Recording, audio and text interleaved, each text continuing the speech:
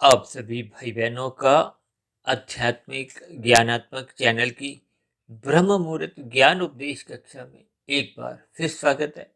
आज की चर्चा का विषय है रजोगुण की छलांगे। और नीचे हमने देखिए दो शब्द लिखे हैं, किशोरावस्था से युवावस्था। और तीसरी पंक्ति में हमने देखिए 15 वर्ष से 40 वर्ष की आयु को एक सफेद रंग से दर्शाया।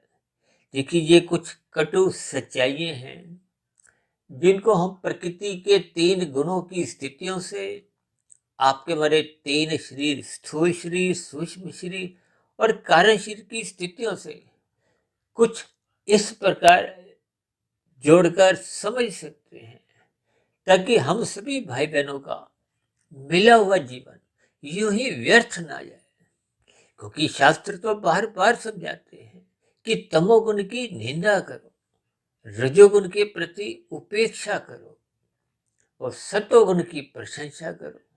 ये तीन शब्द संपूर्ण आपके हमारे जीवन की एक दिशा को निर्धारित कर सकते हैं। आपका हमारा मिला हुआ जीवन किस दिशा की ओर करवट लेगा, किस मंजिल की ओर ये सहज ही चलने लगेगा, ये इन तीन गुणों की स्थितियों पर, आपके हमारे जीवन में बने हुए लक्ष्य के ऊपर निर्भर करता है। इसलिए मेरे मन में कुछ ऐसा विचार आया, इसलिए हमने देखी रजोगुण शब्द को छलांगों के साथ जोड़ा है। और ये जो दाएं हाथ में हमने तीन रंगीन तीर दिखाए हैं, एक छोटा, एक और बड़ा और फिर तीसरा और बड़ा, ये मात्र एक समझाने की स्थितियां हैं। क्योंकि हमने रजोगुण की छलांगे शब्द लिखा है। छलांगों का अभिप्राय देखिए, एक कूदने से भी आप लगा सकते हो, नाचने से भी लगा सकते हो, भागने से भी लगा सकते हो। देखिए ये सभी शब्द कुछ ना कुछ आपको में संदेश देते हैं, आपके हमारे जीवन की क्या क्या स्थितियां चल रही होती हैं।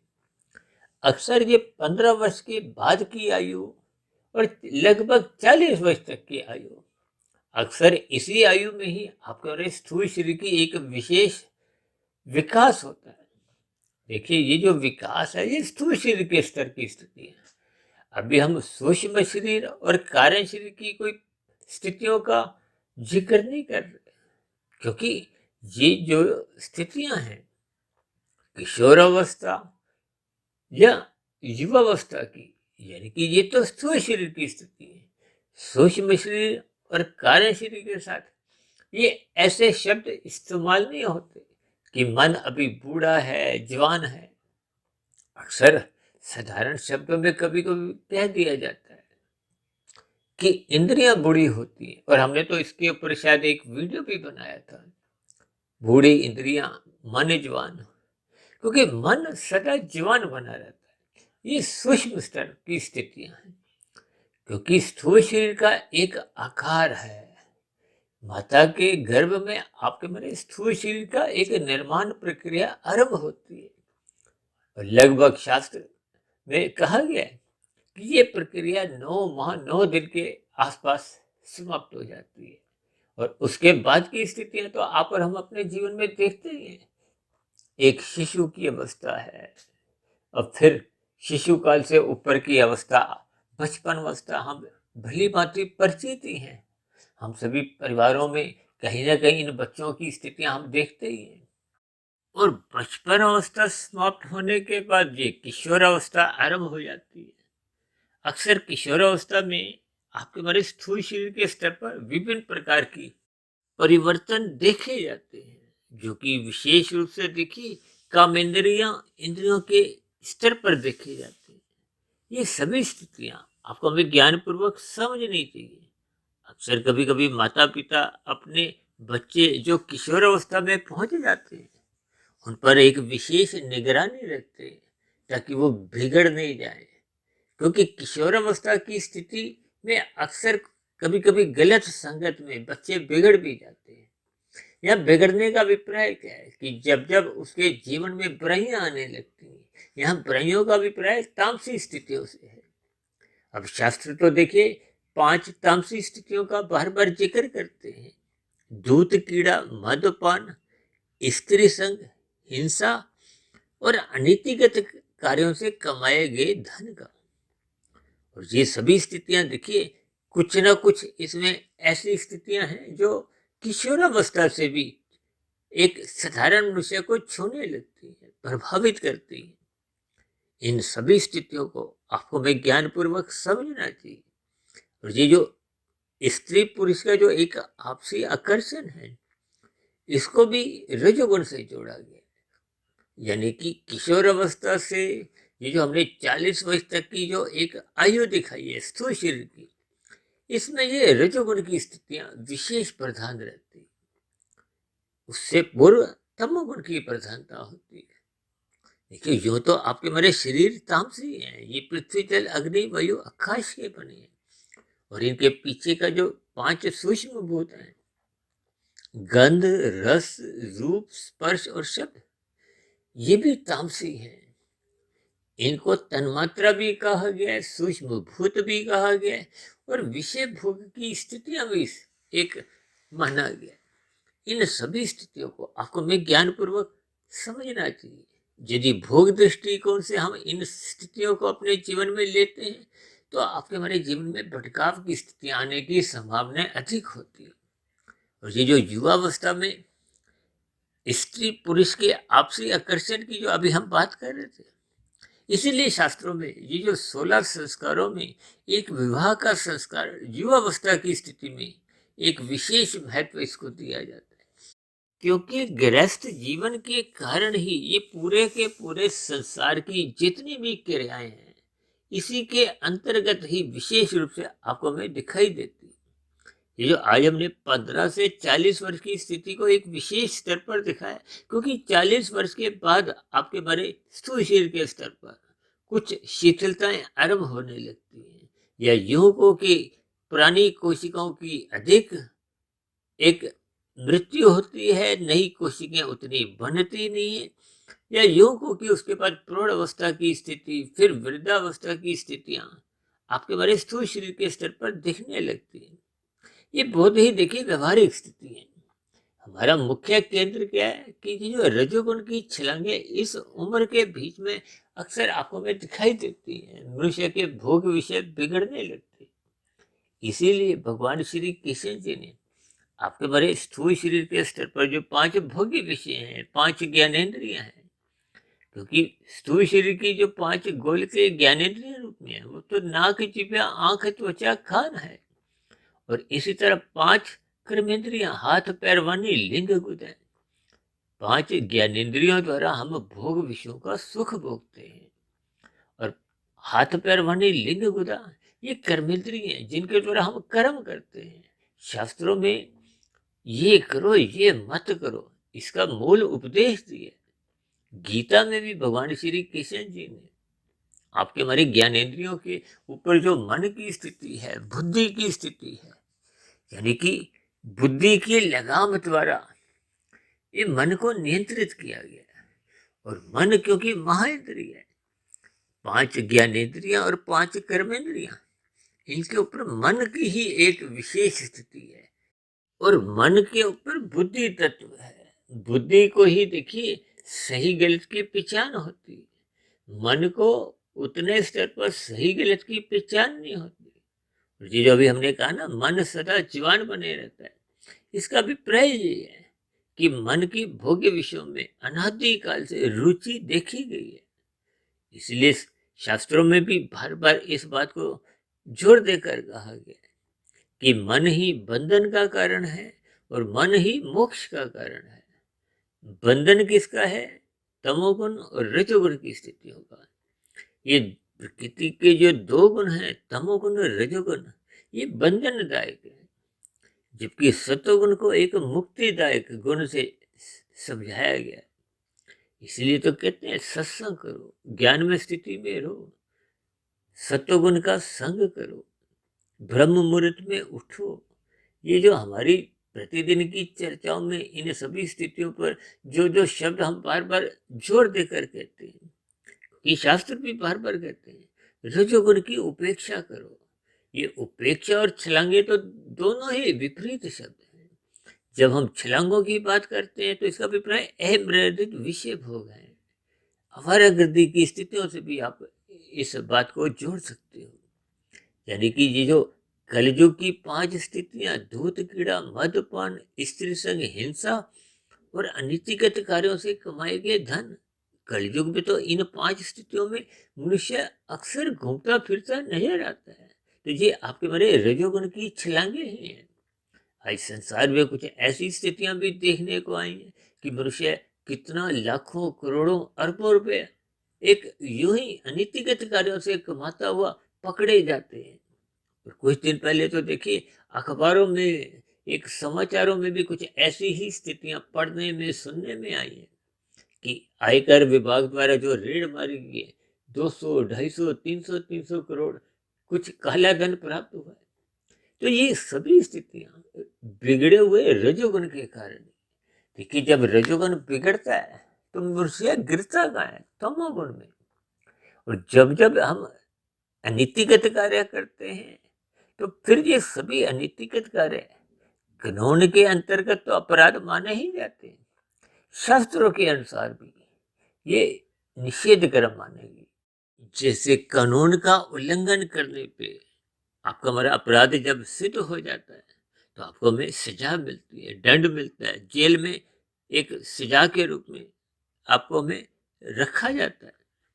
ठीक इसी तरह प्रकृति की व्यवस्था में भी ये जो मनुष्य से नीचे की 80 लाख प्रकार की तामसी जोनियां है, ये भी एक प्रकार की जेल ही है, ये दंडनीय जोनियां है। हम और आप अक्सर इन नीचे की जोनियों के कितने जीवों को तो हम स्वयं ही महसूस करते हैं कि उनके जीवन में कितने ही दुख बने रहते हैं। आपको हमें देखिए समय पे भोजन मिलता है, पहनने को वस्त्र है, रहने को घर है, और भी आपके हमारे जीवन में देखिए सुख सुविधा की स्थितियां हैं। लेकिन ऐसी स्थितियां ये नीचे की योनियों में, चाहे पशु हो, पक्षी हो, कीड़े मकोड़े, कीट पतंगे, वनस्पति, इन सभी स्थितियों पर अक्सर हम देखिए कुछ ना कुछ चर्चाएं तो पिछले लगभग 2000 से अधिक जो हमने वीडियो बनाई है इन पर चर्चाएं कर चुके हैं। लेकिन इन सभी स्थितियों को आपको मैं ज्ञान पूर्वक अपनी स्थितियों पर कुछ झांकना चाहिए।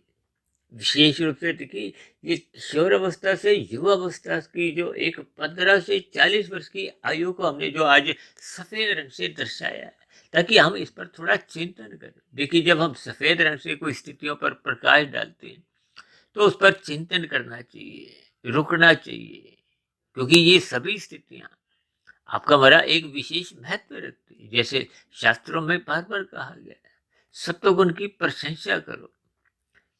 देखिए जब हम सत्वगुण से जुड़ते नहीं तो फिर ज्ञान में स्थितियां बनती नहीं। जब जब ज्ञान कमजोर होता है तो आपके हमारे जीवन में एक धुंधली स्थिति, देखिए रजोगुण को हम धुंध से जोड़ते हैं। धुंध में आपको हमें व्यक्तिगत स्वार्थ की स्थितियां ही नजर आती है, व्यक्तिगत स्वार्थ को, क्योंकि पास पास का ही नजर आता है। अब पास पास का नजर आने का अभिप्राय क्या है कि जब हम धुंध में गाड़ी चलाते हैं तो आपको हमें अधिक दूरी का नजर नहीं आता। इनके भावार्थ आप यूं भी समझ सकते हो कि आपको हमें अपना सुख नजर आता है, या ज्यादा से ज्यादा अपने परिवार के 4, 6, 8 सदस्यों के सुख नजर आते हैं। आपको हमें फिर गली मोहल्लों के एक सुख दुख भी नजर नहीं आती। एक शहर में रहने वाले अन्य मनुष्यों के प्रति आपके हमारे क्या कर्तव्य की स्थिति है वो भी आपको हमें नजर नहीं आती। राज्य के प्रति, देश के प्रति, संसार के प्रति, इस ब्रह्मांड के प्रति आपके हमारे क्या क्या कर्तव्य हैं उनका आपको हमें बोध नहीं रहता। देखिए ये बहुत ही सूक्ष्म स्तर पर स्थितियां हैं। अक्सर मनुष्य इन सभी स्थितियों को बहुत हल्के में लेता है। जब हल्के में लेता है, महत्व नहीं देता, तो निश्चित रूप से उसके जीवन में जो कर्मों की स्थिति है वो बिगड़ने लगती है। बार बार शास्त्र समझाते हैं कि ये करो, ये मत करो। जो करने की स्थिति है उसको विधि विधान द्वारा एक विहित कर्मों का नाम दिया गया है। और निषेध कर्मों से बार बार बचने का क्या है? मत करो। जैसे हम कहते हैं ना, यातायात के नियमों का पालन करो, निषेध कर्म मत करो, हरी बत्ती पे चलो, लाल बत्ती पे रुको। क्योंकि जब जब हम दूसरों को दुख देते हैं, क्योंकि कोई भी निषेध कर्म है देखिए दूसरों को सुख नहीं देता। हम जब अपने सुख के लिए सचेत रहते हैं, देखिए जब आपकी हरी बत्ती हो, कोई विघ्न डाले तो आपको में दुख होता है, हम अपनी मंजिल पर समय पे पहुंच नहीं पाते।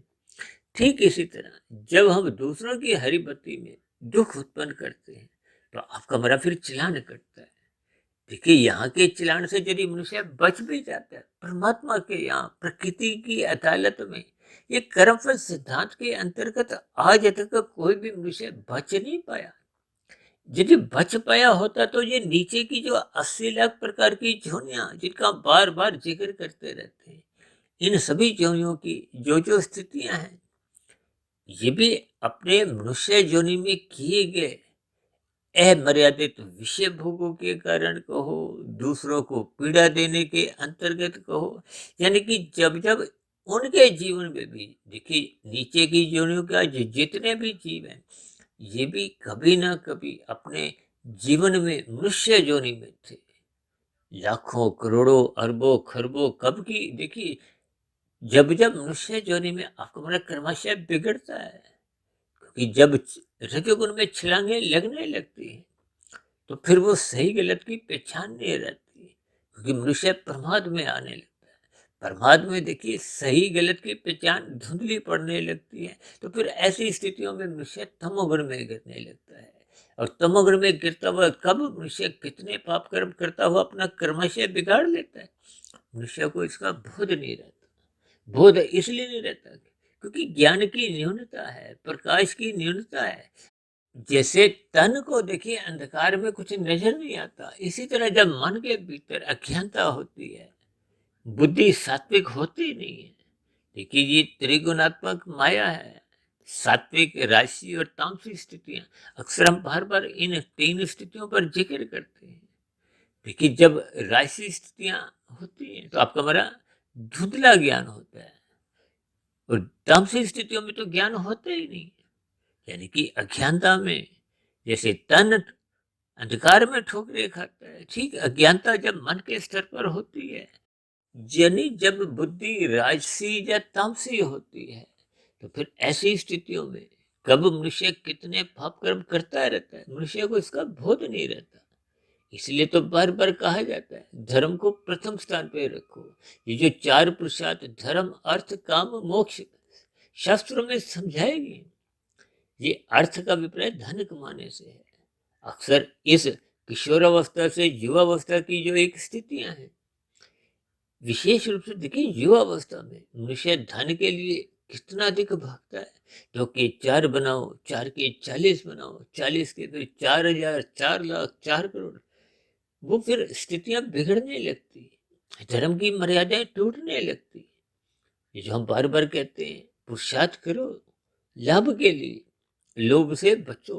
लोभ एक आरंभिक स्थिति है, उसमें भले ही मनुष्य अनीतिगत कार्य नहीं भी करे, लेकिन लोभ की जब स्थितियां बिगड़ने लगती हैं तो मनुष्य संग्रह वृत्ति में गिरने लगता है। अब संग्रह में तो आप देखोगे कि जब महासंग्रह की स्थितियां बनने लगती हैं, ये जो आज अखबारों में जो 200, 300, 400 करोड़ की जो चर्चाएं हो रही हैं, जब एक मनुष्य द्वारा इतना धन एकत्रित कर लिया जाता है, जब विभिन्न प्रकार के घोटालों की स्थितियां आप और हम अपने जीवन में सुनते हैं, पढ़ते हैं इनको, तो ये सभी स्थितियां महासंग्रह की स्थिति, यानी कि लोभ वृत्ति से संग्रह वृत्ति, संग्रह वृत्ति से ये महासंग्रह वृत्ति आपके हमारे जीवन में कितने अधिक पाप कर्म करवा जाती है। देखिए यहाँ के जितने भी कानून व्यवस्था के अंतर्गत दंड का विधान है, उस दंड को हम जितने अंश में भोग लेते हैं, और शेष बचे हुए दंड को ये जो नीचे की 80 लाख प्रकार की तामसी योनियां हैं, इन सभी योनियों में देखिए दंडमय स्थितियां हैं। इन सभी स्थितियों को आपको मैं ज्ञानपूर्वक समझना चाहिए, अन्यथा आपके हमारे जीवन में ये जो रजोगुण की छलांगे हैं, ये आपका हमारा बड़ा भविष्य बेकार कर देती है। दंडमय स्थितियों में मनुष्य को जन्म लेने को फिर बाध्य कर देती है। इन सभी स्थितियों को आपको मैं ज्ञानपूर्वक समझना होगा। अपने मिले हुए जीवन में ये जो 5 भोग्य विषय हैं, इनको सत्वगुण की लगाम से नियंत्रण में रखना होगा। यही उपदेश भगवान श्री कृष्ण जी ने गीता में अर्जुन के रथ के 5 घोड़ों की लगाम अपने हाथ में रखते हुए यही एक उपदेश दिया है, ताकि जीवन में बिगाड़ नहीं आए। अक्सर मनुष्य के जीवन में ये जो बिगाड़ की स्थितियां हैं, ये 15 से 40 वर्ष की जो एक आयु की स्थितियां हैं, इनमें एक विशेष स्तर पर मनुष्य में बिगाड़ की स्थितियां बनने लगती हैं। और फिर जब इन स्थितियों में बिगाड़ आने लगता है, तो शेष बची हुई आयु में भी मनुष्य उन्हीं स्थितियों का ही अनुसरण करता है। इसलिए मेरी आप सभी भाई बहनों से विनती है, विशेष रूप से देखिए 15 से 40 वर्ष की आयु के मध्य जो मनुष्य हैं, इन सभी स्थितियों पर थोड़ा मंथन करें। इसलिए हमने देखिए 15 से 40 वर्ष की आयु के शब्दों को सफेद रंग से दर्शाया। ये सफेद रंग का अभिप्राय थोड़ा रुकने से है, चिंतन करने से है, विचार करने से है, मंथन करने से है, ताकि हमारे आपके जीवन में पाप कर्म नहीं हो, बिगाड़ नहीं आए। क्योंकि जब जब पाप कर्म होने लगते हैं, कर्माशय बिगड़ने लगता है, संस्कार बिगड़ने लगते हैं, तो अच्छे बिगड़ा हुआ कर्माशय, बिगड़े हुए संस्कार फिर मनुष्य को मरने के बाद पुनः मनुष्य योनि में जन्म नहीं दिलवाते। देखिए अभी कुछ रोज पहले ही हमने एक वीडियो इसी ब्रह्म मुहूर्त ज्ञान उपदेश कक्षा में प्रसारित किया था। Renew your lessons. लेसन्स क्या है? देखिए मनुष्य योनि भी आपका हमारा एक लेसन्स है। जबकि यातायात में तो आप और हम जब कोई उल्लंघन करते हैं, तो आपका हमारा कभी कभी लाइसेंस भी रद्द कर दिया जाता है, 3 महीने के लिए, 6 महीने के लिए, 1 साल के लिए, स्थायी रूप से भी रद्द हो सकता है। जबकि मनुष्य योनि में आपका हमारा लाइसेंस योनि रद्द नहीं होती जब तक स्थूल शरीर आपकी हमारी आयु चल रही है। लेकिन मरने के बाद की जो एक स्थिति है, क्योंकि आपका हमारा स्थूल शरीर एक निश्चित आयु लेके आया है, इसकी मृत्यु निश्चित है। और इस मिले हुए शरीर में आपके हमारी जाति के साथ साथ देखिए, जाति तो मनुष्य योनि की निश्चित ही होगी। अब आयु हम सांसों से लिया जाता है, उससे पूरा आपको में कर्म करने की स्वतंत्रता मिली हुई है। और जिसका हम यदि दुरुपयोग करते हैं तो कर्माशय बिगड़ता जाता है, संस्कार बिगड़ते जाते हैं, जो फिर मरने के बाद देखिए बीच में आपके हमारी मनुष्य योनि का लाइसेंस कोई कैंसिल नहीं होता। इसलिए हमने उस पर रिन्यू की स्थिति का इसलिए जिक्र किया था, क्योंकि मनुष्य योनि तो मरने के बाद पुनः तभी मिलती है जब संचित कर्मों में पुण्य कर्मों की स्थिति कम से कम 50-51% होती है। पुण्य कर्मों का अभिप्राय राशि और सात्विक कर्मों से है, परोपकार के कर्मों से है। और ये जो निषेध कर्म है, ये तामसिक कर्म है, ये पाप कर्म है। इसलिए कहते हैं कि तमोगुण की निंदा करो, रजोगुण की उपेक्षा करो। उपेक्षा का मतलब ये है कि मनुष्य को छलांगे नहीं लगानी, आवारागर्दी नहीं करनी। ये जो 5 भोग्य विषय हैं, गंध, रस, रूप, स्पर्श, शब्द, इनमें जाने से बचना होगा। इसको सत्वगुण की लगाम से नियंत्रण में रखना होगा। इसलिए तो बार बार कहा जाता है रात को जल्दी सो जाना चाहिए। मौनात्मक स्थितियां होती है, मौनात्मक स्थितियों में मनुष्य की हानि होने की संभावनाएं अधिक होती हैं। और दूसरी विशेष बात, मनुष्य फिर ब्रह्म मुहूर्त में उठ नहीं पाता। जो सत्वगुण की एक शुद्धतम स्थिति होती है, उस शुद्धतम स्थिति का मनुष्य लाभ नहीं उठा पाता। अक्सर हम बार बार कहते रहते हैं, परमात्मा तो देखिए सच्चिदानंद है, आनंद स्वरूप सत्य है। परमात्मा को हम जितना ब्रह्म मुहूर्त की स्थितियों में लूट सकते हैं, अब दिन में तो देखिए रजोगुण की स्थिति है, आपका हमारा सत्वगुण ही कमजोर होता है। देखिए जब रजोगुण प्रधान होता है तो तमोगुण गौण होता है, सत्वगुण अति गौण होता है। और जब तमोगुण प्रधान होता है तो रजोगुण गौण होता है, सत्वगुण अति गौण होता है। यानी कि रजोगुण और सत्वगुण जब जब प्रधान होते हैं, ये सत्वगुण अति गौण की स्थिति में, सत्वगुण का अभिप्राय देखिए ज्ञान से है, प्रकाश से है, गुरु से है, शास्त्रों से है, ब्रह्म मुहूर्त से है, परमात्मा से है। इन सभी स्थितियों से जब आपकी हमारी दूरी बढ़ती जाती है, तो फिर निश्चित रूप से आपका हमारा रजोगुण बिगड़ने लगता है। बिगड़ना कहो, छलांगे लगाना, ये दोनों ही स्थितियां आवारागर्दी हैं, जो कि मनुष्य को तमोगुण में गिराती है। इसलिए हम सभी भाई बहनों को अपने जीवन रूपी गाड़ी को, जैसे हम अपनी स्कूटर गाड़ी में देखिए ब्रेक सही सही एक रखते हैं ताकि जब कभी भी ब्रेक लगानी हो हम ब्रेक लगाएं ताकि दुर्घटनाओं से बचें। ठीक इसी तरह आपके हमारे जीवन में भी निरंतर सत्संग करने की स्थितियां आपको हमें बनानी होगी। ब्रह्म मुहूर्त में उठना होगा ताकि आपका हमारा स्थूल शरीर, सूक्ष्म शरीर और कारण शरीर बिगड़े नहीं। क्योंकि स्थूल शरीर के स्तर पर देखिए जब भोग विषय बिगड़ते हैं, आदतें बिगड़ने लगती हैं, मन बुद्धि में बार बार उन विषय भोगों को भोगने की इच्छाएं पनपने लगती हैं, तो फिर आपका हमारा स्वभाव बिगड़ने लगता है। और यही स्थितियां जब निरंतर बने रहती हैं तो आपके हमारे कार्य शरीर में संस्कार बिगड़ने लगते हैं। बुरे संस्कार फिर निरंतर आपके हमारे मन बुद्धि में बुरे विचार लाते हैं। वो बुरे विचार मन बुद्धि के स्तर पर उठने वाले स्थूल शरीर के स्तर पर ज्ञानेंद्रियों को भोगने की अनुमति देते रहते हैं, उन पर कोई लगाम नहीं होती और मन के स्तर पर पाप कर्म करने से रोकते नहीं। इन सभी स्थितियों पर आपको हमें चिंतन करना होगा ताकि आपका हमारा मिला हुआ रजोगुण बिगड़े नहीं। अन्यथा वृद्धावस्था में फिर कुछ ऐसी स्थितियां बनती हैं जो मनुष्य को पीड़ा देती है। और यदि वृद्धावस्था में ऐसी स्थितियां नहीं भी बनती तो फिर बिगड़ा हुआ कर्माशय मनुष्य को मरने के बाद पुनः मनुष्य योनि की प्राप्ति नहीं करवाता। फिर यह नीचे की कष्टमय योनियां, दंडमय योनियों में मनुष्य को जन्म लेने को प्रकृति बाध्य कर देती। इन सभी स्थितियों को ध्यान में रखते हुए शास्त्र बार बार आपको में आगाह करते हैं कि रजोगुण की उपेक्षा करो, सत्वगुण की प्रशंसा करो, यानी कि सत्संग करो, गुरु की आज्ञा में रहो, शास्त्रों के अनुसार अपने जीवन को अनुशासित रखो, ब्रह्म मुहूर्त में उठो ताकि दिन में ये राशि भोग विषय आपको हमें जो आकर्षित करते हैं उनके आकर्षण से हम बच जाएं। इन सभी स्थितियों पर आपको हमें चिंतन करते हुए अपने जीवन रूपी गाड़ी को सत्वगुण की लगाम से नियंत्रण में वैसे ही रखना चाहिए जैसा उपदेश भगवान श्री कृष्ण जी ने गीता में अर्जुन के रथ के 5 घोड़ों की लगाम अपने हाथ में रखते हुए अर्जुन को उपदेश दिया है। तो ऐसी सभी शुभ स्थितियां हम सभी भाई बहनों के जीवन में बनने लगी ताकि आप हमारा जीवन में रजोगुण छलांगे लगाने से बच जाए। ऐसी सभी शुभ स्थितियां हम सभी भाई बहनों के जीवन में भी बनने लगी। इन्हीं शुभ कामनाओं के साथ आज की चर्चा विशेष को अब यहीं विश्राम देते हैं। शाम को फिर मिलते हैं संध्या बेला ज्ञान कक्षा में। तब तक आप अपने आध्यात्मिक मित्र सुधीर भाटिया फकीर को इजाजत दें।